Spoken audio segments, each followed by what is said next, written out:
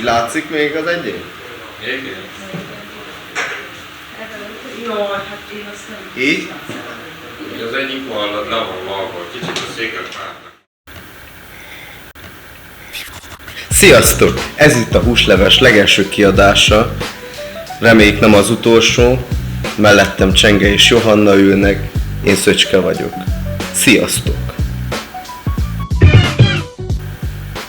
A mai témánk a social dilemmával kapcsolatos. Hát ugye beszélgettünk a kiégésről, a burnout, az overthinking, a túlgondolás és a szorongás, anxiety témába gondolkoztunk. Én kezdem amúgy a szorongással, szerintem mindenki átéli valamilyen fajta periódusának az életében így. Az egy olyan dolog, amit így az ember nem tudja kiszámolni, azt, hogy mikor éri előtt ez a szorongás. És honnan tudod azt, hogy szorongás? És az, hogy mennyire vagy benne abban az egészben már konkrétan se. Így felmerül a kérdés bennem, hogy akkor oké, benne vagyok, mert szarom össze magam, de hogy akkor hogy is gyógyítsam ki ezt magamból, vagy hogyan tegyek ellene, hogy ne kerüljek bele. Én is kérdezem én, hogy jobb az, hogy elengedni a dolgokat, de akkor túl komolytalannal válik minden.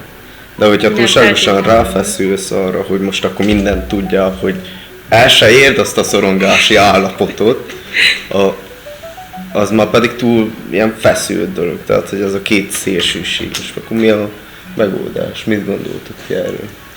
Nagyon érzékenyek vagyunk egyes dolgokra, főleg az emberekre vagyunk érzékenyek. Azok az emberek, akik nagyon szorongnak, ezt megállapították, hogy egyszerűen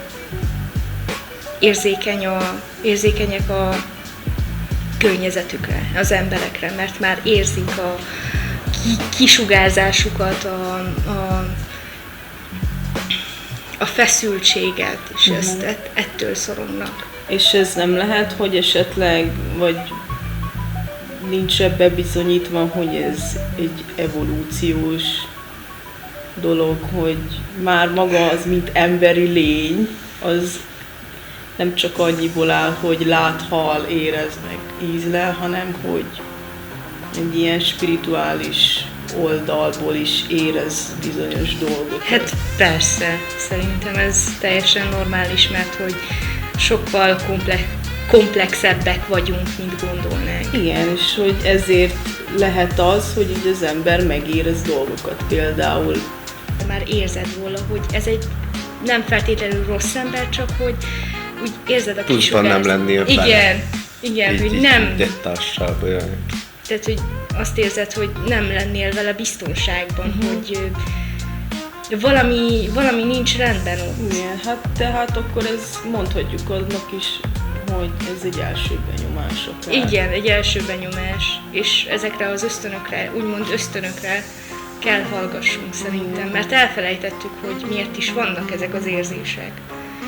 Vagy nem veszik komolyan az emberek, hogy ez az, hogy nem veszik komolyan. Vagy ilyen-olyan spirituális dolgokban nem feltétlen hisznek az emberek. De ez nem feltétlenül baj, mert... Nem baj, mert amúgy a spiritualitásban is nagyon sokféle olyan dolog van, ami most tényleg nem mondhatod azt, hogy most jó, én ezt elhiszem, mert nehéz sok mindent elhinni, viszont ezt a benyomást, első benyomást, ezt szerintem érdemes komolyan venni az embereknek.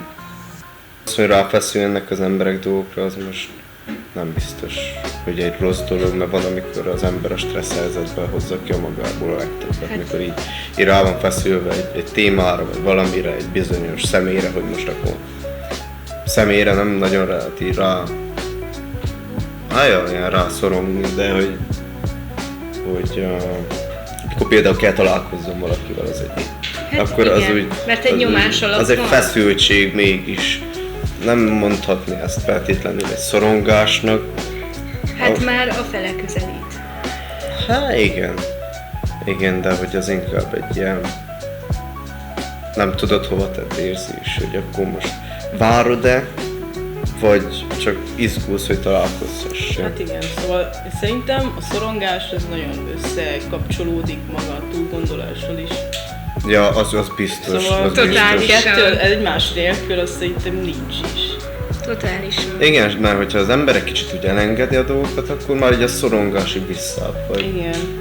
De csak akkor tudja az ember elengedni a dolgait, hogyha valamit tud, tehát hogy valamit tényként tud kezelni az adott témával kapcsolatban, hogy akkor most hogy álljon hozzá. Mert akkor az ugye egy kicsit egy irányba vezeti a gondolkodásnak az útját is, mert ugye az overthinkerésnek az a lényege, hogy akkor ide és oda és amoda és mindenhova jár az ember agya, Igen. és mindig eljut valamelyik szélsőségre, de hogy most ennek lehet fiktív része is, hogy annyira túl gondolja az egyén, hogy már Hát mert hogy ahogy nem az... létezhet egy olyan végkimenetel, amit ő az agyába beleírt. De hogyha ezt mondogatja így magának, hogy ez lesz, az lesz, amaz lesz, akkor valószínűleg megtörténhet valamelyik a sok változó közül. Amitől félünk, az bevonzó. Jaj, már megint itt bejött egy újabb téma. A manifestáció. A manifestáció, de ezt most szerintem hagyjuk, mert aztán egy órás lesz az egész beszélgetés. Ez lehet egy következő téma. Az. Nekem az lenne a kérdésem, hogy szerintetek a szorongás ellen mit lehetne tenni? Hogy az így ne legyen. Hát, The Bluetooth device is connected successfully. Szöcske, nyugodtan. mesélj. Hogy lehet kontrollálni, mi alapján tudják az emberek kontrollálni magát a szorongást? Hát, valójában ez mindenkinél más szerintem, mert mindenki másképp kapja meg azt a gyógymódját, úgymond, hogy hogyan győzze le a szorongását. Mert én nagyon sokszor szorongok, mert én nagyon sokszor érzem azt, hogy így görcsbe rándul az egész gyomrom, és azt se tudom azt, hogy hova álljak, vagy mit csináljak. És olyankor mindig olyan dolgokra próbálok gondolni, amik megnyugtatnak. Mert vannak nagyon extrém pillanatai ennek a szorongásnak, úgymond, amikor már pánikrohammá vál az egész, tehát pánikroham és blackout. Ezért jó, hogyha van valaki melletted olyankor. Nagyon-nagyon sokat segít, főleg az, hogyha tudja, hogy ilyen helyzetben mit kell csinálni. Először is a lélegzetedre kell koncentráljál, hogy kibe. És ezért is van az, hogy nagyon sokan cigiznek ilyenkor, amikor szorongnak. Ja. Folytonosan kell ugye szívni a füstöt és kiengedni. Szerintem a szorongásra egy jó gyógymód a tudatosságfejlesztés. Mert nagyon sokszor tapasztalom azt, legalábbis most így a generációnkban, hogy rengetegen nem ismerik magát azt, hogy tudatosság. Mit jelent maga a tudatosság? Vagy hogy kell tudatosnak lenni már így érzelmileg. Jelenbe kell te maradj ahhoz, hogy tudatosítsd a helyzetnek a súlyosságát, meg azt, hogy most érzel azt az érzelmi kilengést helyre tud fokozni. Igen, pont ez az. Ezért kell a tudatosság, mert hogyha valaki például nem tudatosan cselekszik egy ilyen adott helyzetben, akkor most tegyük fel, akkor kiborulnak, meg aztán mindenkiből máshogy jön ki az a szorongás, vagy akár a vele együtt jövő düh, kitörés is, meg mindenféle, vagy ilyen-olyan gondolatok, hogy akkor most valamit hibáztassunk, mert akkor muszáj valamit hibáztatni, vagy magamat, vagy más dolgokat. Szóval, hogy ezért gondolom azt, hogy maga a tudatosság nagyon fontos, hogy ilyen esetben ne ezekre gondoljunk, hanem egyből magára a megoldásra, hogy akkor ezt hogy tudom most kezelni és megoldani azt, hogyha iszonyatosan szorongok egy adott helyzetben, vagy egy adott szituációban, akkor a lehető legjobban tudjam azt kezelni, hogy ne történjen olyan, hogy most én kiakadok, mert szorongás közben lefárad az ember, és ez senkinek sem tesz jót. Nem, a körülötte levő embereknek se. De Igen.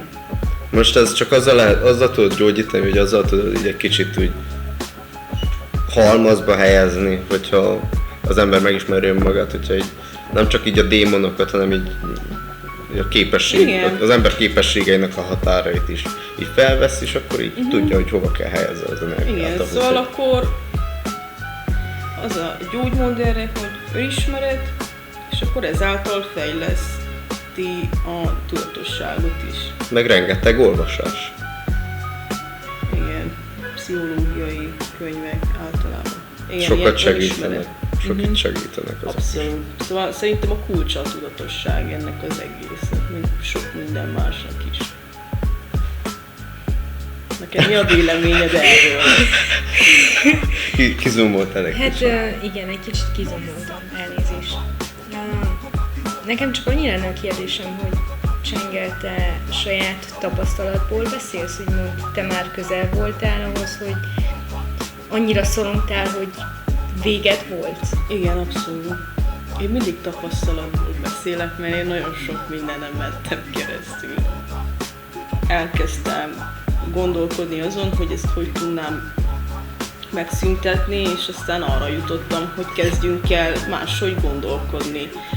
Most tegyük fel, hogy nem merek kimenni az utcára, jó, ez így tök rossz, mert amúgy szívesen kimennék, de nem merek, akkor hogy menjek ki úgy, hogy, vagyis, hogy elkezdtem másképp gondolkozni, hogy egyszerűen leállt az agyam. Na, szavaztok. Sziasztok! Sziasztok! Johanna vagyok, Én Nagy Csenge Napsugár vagyok. Én Szöcske vagyok.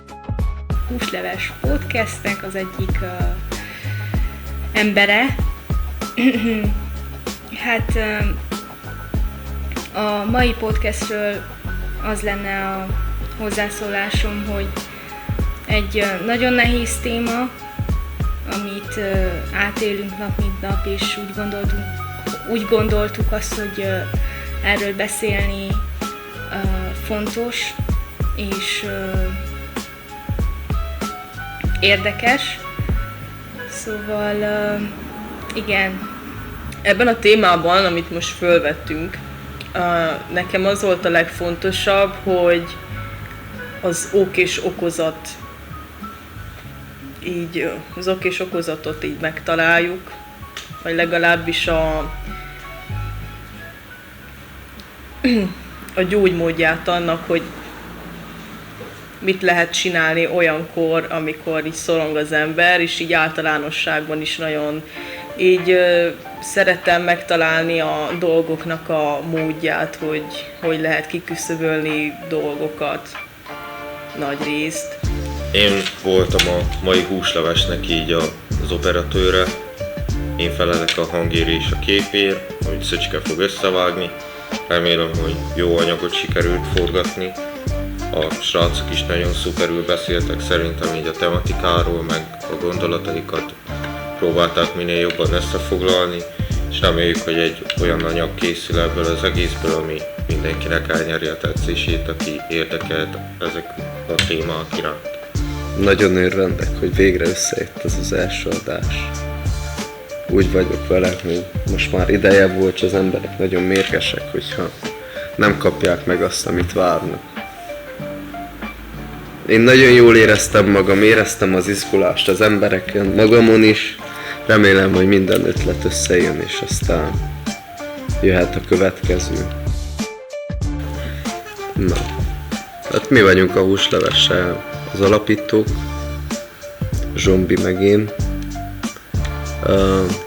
Ez egy kamuból, komikus dologból indul, plakátművészetként növi ki magát jelenleg. Továbbá a podcastekkel szeretnénk foglalkozni. Ez a húslevesnek a koncepciója.